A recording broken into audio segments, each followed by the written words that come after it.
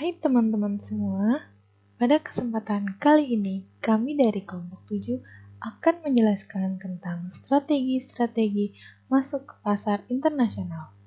Sebelum masuk ke penjelasan, perkenalkan nama saya Ayu Kirana, ada teman saya Muhammad Raihan Al-Abror, Syifa Askia, dan Widya Puji Astuti. Yuk langsung aja ke penjelasannya. Yang pertama ada pilihan strategi masuk.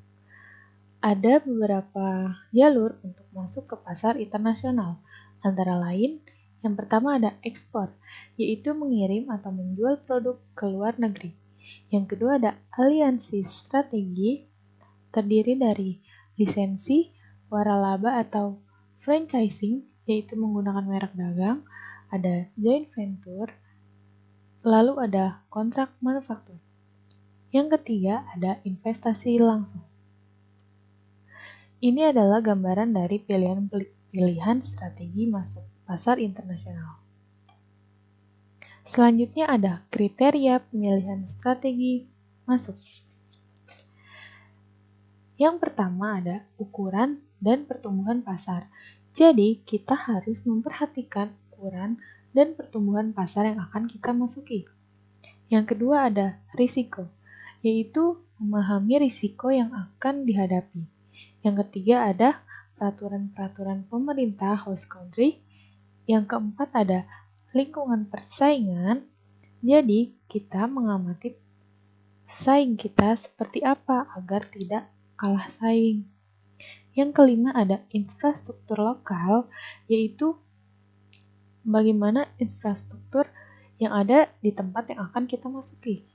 Yang keenam ada sasaran perusahaan, yaitu sasaran perusahaan yang ingin kita tuju. Yang ketujuh ada kebutuhan untuk pengendalian. Yang kedelapan ada sumber daya internal, aset, dan kemampuan perusahaan. Yang kesembilan ada fleksibilitas. Exporting ada dua jenis, yaitu ekspor langsung dan kooperatif, dan yang satu lagi ada ekspor tidak langsung. Yang pertama, direct atau langsung. Kelebihannya yaitu mempunyai pengawasan atas operasi internasional dan lebih mudah mengendalikan pasar. Kekurangannya diperlukan komitmen dan risiko kredit yang lebih tinggi. Selanjutnya ada kooperatif. Kelebihannya antara lain memiliki pengawasan luar negeri tanpa harus menyediakan sumber daya sendiri. Kekurangannya ada pengawasan tidak sebaik dengan direct exporting. Selanjutnya akan dilanjutkan oleh teman saya, Muhammad Raihan Al-Abror. Halo, saya Muhammad Raihan Al-Abror. Di sini saya akan melanjutkan presentasinya. Ekspor tidak langsung yaitu kelebihannya perusahaan dapat memperoleh keahlian pasar luar negeri secara instan. Yang kedua, risikonya sangat kecil. Yang ketiga, pada umumnya tidak memerlukan komitmen untuk sumber daya yang besar. Yang keempat, risiko kredit lebih rendah karena kebanyakan terletak di para pedagang perantara. Kekurangannya, yang pertama, perusahaan cenderung tidak memperoleh pengetahuan yang baik mengenai pasar-pasar ekspor. Yang kedua, perusahaan tidak memiliki atau hanya sedikit pengawasan atas produknya yang dipasarkan di pasar luar negeri. Yang ketiga, kurangnya dukungan penjualan, keputusan harga yang salah, atau saluran-saluran distribusi yang salah yang akan menyebabkan penjualan yang gagal dan bahkan dapat merusak citra produk pada perusahaan. Yang keempat, loyalitas pelanggan jarang terbangun karena bukan merupakan minat para pedagang perantara untuk membangunnya. Lalu ada penetapan harga ekspor atau unit lainnya, terbagi dari dua, pre-launching ship atau FAS dan delivery duty paid. FAS ini pelabuhan berangkatan, yaitu harga produk sampai di kapal atau FOB price dikurangi biaya menaikkan produk dari dermaga ke atas kapal, yaitu delivery duty paid ada pada DDP, eksportir membayar biaya pengeluaran pelabuhan ke tempat importir, antara lain bea masuk, pajak, impor cukai, dan transportasi pelabuhan. Pengiriman melalui udara itu free carrier sama dengan FOB, carrier pay to CPT, dan carriage and insurance paid to. Cara-cara pembayaran. Yang pertama, pembayaran di muka. Yang kedua, pembayaran pada saat barang diterima atau COD. Yang ketiga, konsinyasi. Yang keempat, menggunakan bill of exchange. Di sini ada dua, yaitu sign draft dan time draft. Yang kelima, pembayaran dengan kredit. Pihak-pihak yang terlibat dalam pembayaran dengan menggunakan letter of credit, yaitu yang pertama, importir selaku opener atau applicant. Yang kedua, opening atau issuer banking di home country. Yang ketiga, advising bank atau corresponding bank di host country. Yang keempat, penerima. Yang kelima, negotiating bank, biasanya advising bank. Untuk slide selanjutnya akan dibacakan oleh teman saya, yaitu Syifa. Ya, selanjutnya saya Syifa Askia akan menjelaskan tentang 16 jenis letter of credit. Yaitu yang pertama ada commercial documentary, yaitu berbentuk dokumen niaga yang mewajibkan eksportir untuk menyerahkan dokumen yang membuktikan kepemilikan barang serta dokumen penunjang lainnya sebagai syarat untuk memperoleh pembayaran. Yang kedua ada clean, yaitu sesuatu yang dapat dicairkan dananya dengan penyerahan wesel atau hanya kwitansi biasa. Yang ketiga ada restricted, yaitu yang membatasi hak eksportir penerima letter of credit untuk menegosiasi dokumen penggelapan dana pada bank tertentu yang disebutkan oleh opening bank dalam tersebut. Ada yang keempat ada straight, yaitu negosiasi atau pelunasan dokumen pelengkapan yang dilakukan oleh kasa opening bank sendiri.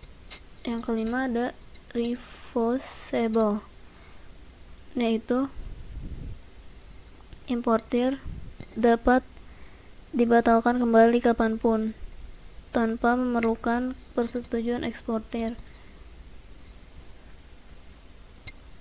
Biasanya hal ini tuh disampaikan kepada advising bank. Nah, yang keenam ada irreversible, yaitu yang dibuka oleh bank devisa untuk eksportir, di mana opening bank meningkatkan diri untuk melunasi wesel-wesel yang ditarik dalam jangka waktu tertentu. Lalu yang ketujuh ada irreversible dan confirm. Nah, di sini adalah tidak dapat dibatalkan atau diubah selama jangka waktu berlaku kecuali bila mendapat persetujuan dari pihak terlibat yang mempunyai jaminan pelunasan berganda atas wesel dan penyerahan dokumen pengapalan yang diberikan oleh opening bank bersama, yaitu advising bank. Yang ke-8 ada irreversible dan unconfirmed,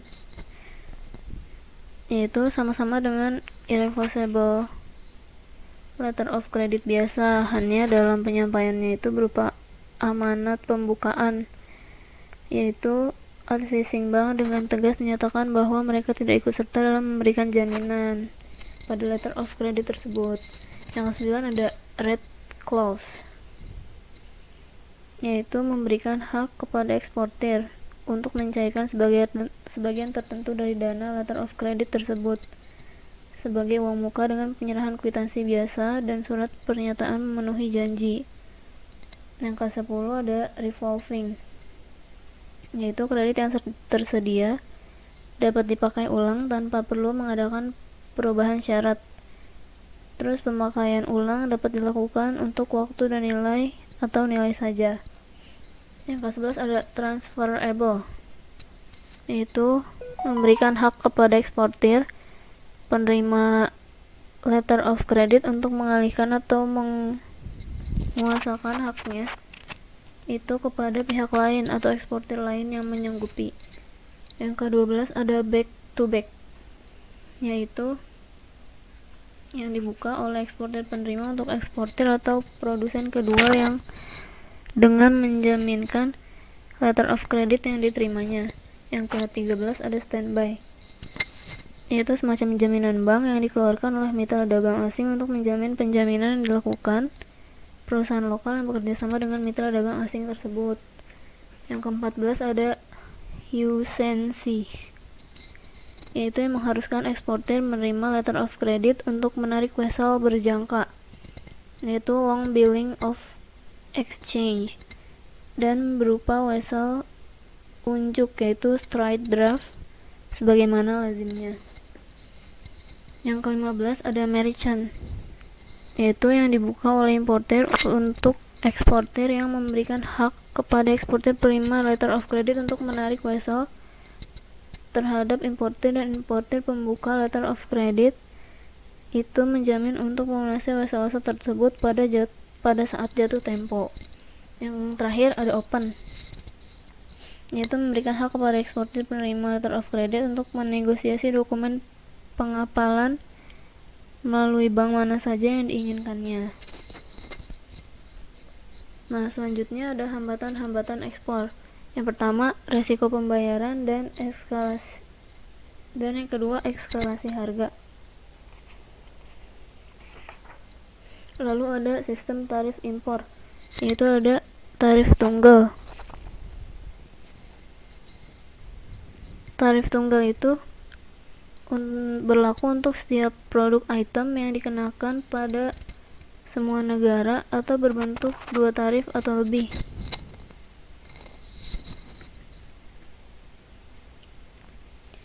Lalu ada tarif berganda,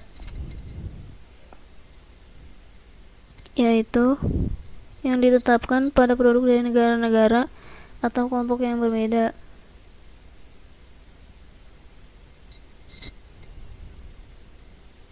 Lalu ada tarif berkolom 1 dan tarif berkolom 2. Pada umumnya, tarif dikelompokkan ke dalam dua klasifikasi, yaitu berkolom 1 dan berkolom 2. Berkolom 1 adalah jenis tarif yang paling sederhana, di mana dikenakan pada impor dari suatu negara atas negara yang sama. Sedangkan berkolom 2 itu yang mengidentifikasi pengurangan tarif berdasarkan hasil negosiasi tarif dengan negara-negara lain. Terus ada sistem bea masuk, ada ad valorem dati,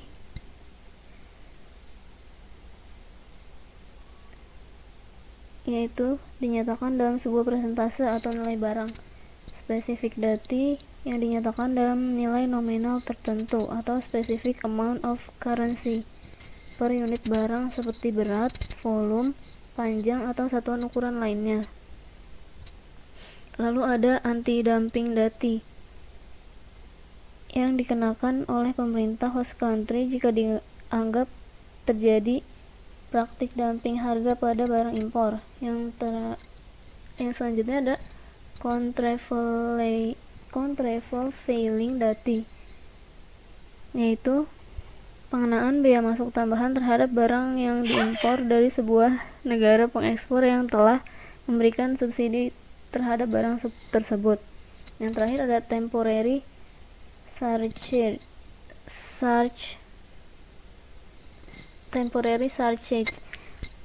yaitu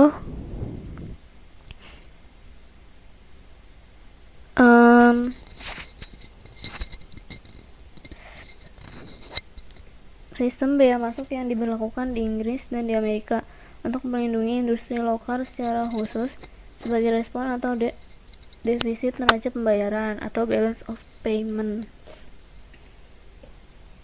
Nah, selanjutnya ada lisensi dan waralaba. Pengertian lisensi yaitu pengaturan berdasarkan kontrak di mana sebuah perusahaan membuat sebuah aset yang secara hukum terlindungi tersedia bagi perusahaan lain dengan imbalan berbentuk royalti, fee, atau berbentuk kompensasi lainnya.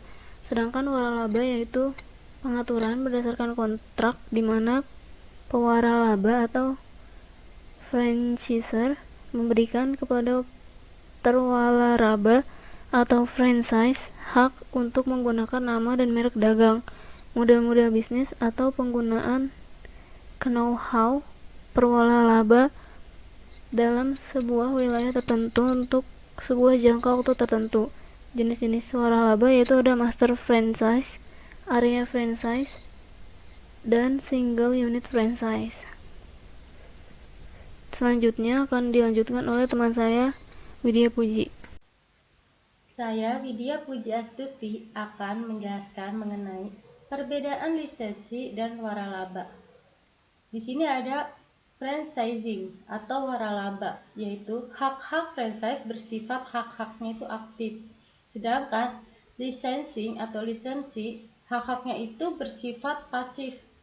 Lalu yang kedua, franchising, pihak franchisornya itu melakukan pengawasan yang aktif terhadap operasi pihak franchise. Sedangkan licensing, pihak lisensornya biasanya itu terbatas pada pengawasan atas penggunaan lisensi dan menarik royalti. Lalu untuk franchising, franchisornya tidak hanya berusaha untuk melindungi goodwill atau disebut ekuitas merek yang sudah terkait dengan merek dagang, tetapi juga berusaha untuk memperkuat goodwill dari merek atau ekuitas merek. Sedangkan kalau licensing, yaitu lisensornya itu pada umumnya ingin membatasi kemampuan lisensi untuk melakukan modifikasi merek dagang atau mengurangi nilainya melalui penggunaan simbol-simbol atau produk-produk yang akan dapat mengurangi goodwill dari merek. Materi selanjutnya yaitu kontrak manufacturing. Kontrak manufacturing yaitu menurut Kagan dan Grant tahun 2005 menggolongkan strategi masuk kontrak manufacturing atau kontrak produksi bersama-sama dengan waralaba ke dalam pengaturan-pengaturan spesial licensing. Jadi, pada strategi ini yaitu sebuah perusahaan global menyediakan spesifikasi teknis kepada pabrik lokal atau sebuah subkontraktor. Contohnya itu kontrak manufacturing, contohnya itu seperti produk Nike. Nah, di sini kalau menggunakan subkontraktor, proses produksi di host country dipantau oleh subkontraktor yang ditunjuk. Lalu, menurut Kotabe dan Helson pada tahun 2004 mengatakan bahwa tidak terhitung banyaknya perusahaan yang telah menggunakan strategi ini secara sangat berhasil seperti IBM, Apple, atau Hewlett Packard. Nah, kontrak manufacturing ini ada kelebihannya, yaitu perusahaan dapat berkonsentrasi pada desain produk dan pemasaran, lalu komitmen sumber-sumber daya keuangan dan manajer rendah, dapat memasuki pasar host country dengan cepat, dapat mengatasi hambatan masuk ke host country, resiko politik rendah. Ini kelebihan menurut Kagan dan Green. Lalu ada kelemahannya yaitu rahasia perusahaan atau know-how terbuka kepada kontraktor dan subkontraktor. Yang kedua, masalah ketenaga kerjaan di kontraktor dan subkontraktor dapat menimbulkan kritik kepada perusahaan. Lalu selanjutnya itu ada joint venture. Joint venture ini yaitu usaha patungan di mana strategi masuk untuk sebuah pasar host country di mana pihak mitra atau lokal memiliki kepemilikan bersama dalam sebuah perusahaan yang baru dibentuk. Menurut Kotabe dan Helson, menanamkan strategi ini sebagai equity joint venture. Lalu juga Kotabe dan Helson mengatakan bahwa pemilihan mitra yang tepat merupakan persyaratan yang mutlak untuk keberhasilan sebuah joint venture, di mana masing-masing pihak harus memiliki keterampilan-keterampilan dan sumber-sumber daya yang sedang dilengkapi. Lalu di sini ada manfaat joint venture yaitu pengawasan atas operasional bisnis lebih baik daripada strategi masuk sebelumnya. Dampak sinergis karena mitra lokal memiliki kelebihan yang dapat melengkapi kekurangan perusahaan. Lalu di sini juga ada keberatan joint venture. Keberatannya yang pertama, keberatan utama yaitu masalah pengawasan yang tidak sepenuhnya oleh perusahaan. Kedua, mitra lokal dapat merupakan pesaing potensial di kemudian hari. 3. Kemungkinan timbul konflik karena kurangnya kepercayaan dan konflik-konflik antara kedua belah pihak dapat menyebabkan joint venture menjadi neraka bagi kedua belah pihak. Lalu di sini ada foreign direct investment, yaitu menanamkan strategi sebagai fully owned subsidiaries, yaitu strategi masuk ke host country dengan cara mendirikan sebuah anak perusahaan yang kepemilikannya 100% dipegang oleh perusahaan. Nah, dalam pelaksanaannya ini dapat dilakukan yaitu dengan cara mendirikan sebuah perusahaan baru atau melakukan pembelian atau akuisisi perusahaan yang telah ada di host country. Lalu juga ada manfaatnya, yaitu perusahaan dapat mengawasi sepenuhnya operasi anak perusahaan. 2. Laba 100% dinikmati oleh perusahaan induk. 3. Dapat memberikan isyarat yang kuat kepada pasar akan komitmen perusahaan. 4. Dapat mengatasi hambatan-hambatan masuk yang ada ke host country market. 5. Melalui akuisisi, perusahaan mungkin dapat memperoleh transfer pengalaman teknologi yang penting bagi perusahaan. Lalu di sini juga ada keberatannya, yaitu memerlukan sumber-sumber daya yang besar dari perusahaan induk. Lalu resikonya besar dan kadang-kadang dianggap sebagai sebuah ancaman kepada budaya atau kedaulatan ekonomi host country.